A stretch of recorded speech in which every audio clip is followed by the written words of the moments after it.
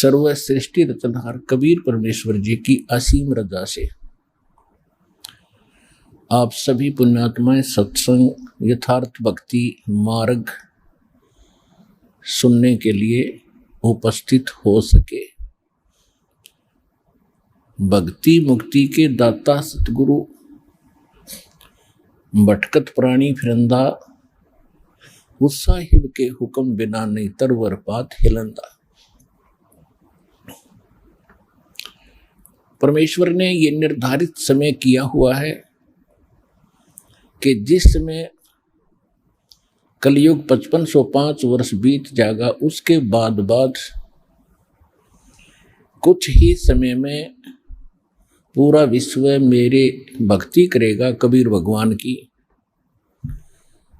और इस काल के जाल से परिचित होकर के यहाँ की किसी भी वस्तु की डिमांड हृदय में नहीं रहेगी,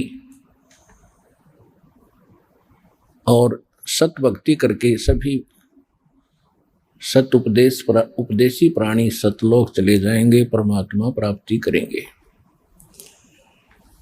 उधर से काल ने कहा था कि मैं उस समय से पहले जब आप का दास आवेगा 5505 वर्ष कलयुग बीतेगा, उससे पहले द्वादश पंथ करूं मैं साजा, नाम तुम्हारा ले करूं आवाजा, द्वादश पंथ नाम जो ले ही सो हमरे मुख आन समोई। और अनेक पंथ चलाऊं या विद जीवों को भरमाऊं।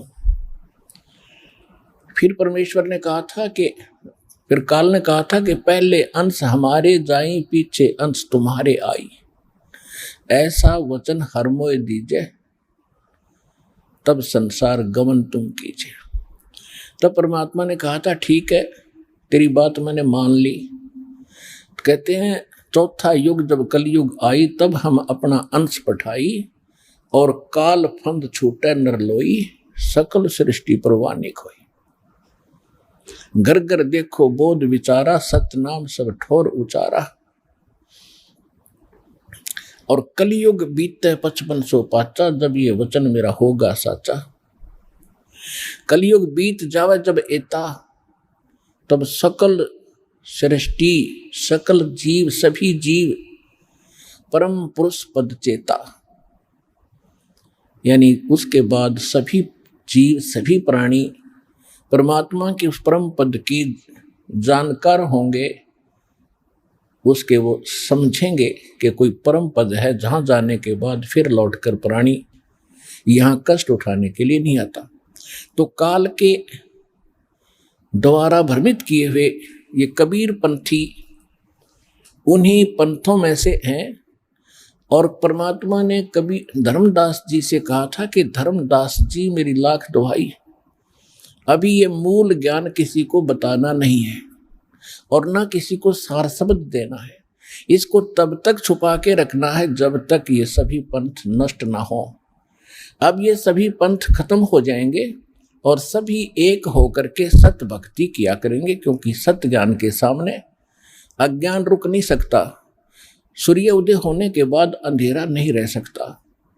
अब ये परमात्मा के सत्य ज्ञान का सूर्य उदय हो रहा है, कुछ ही दिनों में ये शिखर में होगा, तो सब अज्ञान और ये नकली संत अपने आप ठिकाने बैठ जाएंगे और साफ रास्ता कर देंगे। सब बच्चे भगवान की शरण में आएंगे। अब कलयुग में ये काल के जो प्रेरित दामा खेड़ा से संबंधित एक गद्दी चली आ रही है, वो धर्मदास जी के वंशज मानते हैं।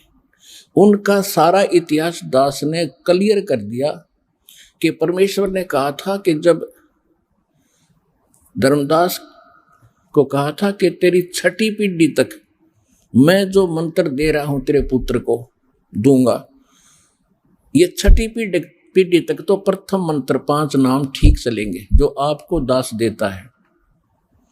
उसके बाद कहा था कि उसके बाद तेरे पंथ के जो छठी पीढ़ी का होगा, छठी पीढ़ी 5वीं तक ठीक चलेंगे, छठी पीढ़ी को एक टकसारी पंथ, जो काल के पंथों में से 12 में से एक है टकसारी पंथ, उसका प्रवर्तक उस छठी पीढ़ी तेरे वंशज को, छठे पोते को डिस्टर्ब कर देगा और कहेगा कि तुम काल के नाम जाप करते हो, पांचों इन देवताओं के, और बात करते हो सतलोक और सचखंड की। इससे वो भ्रमित हो गया और यही हुआ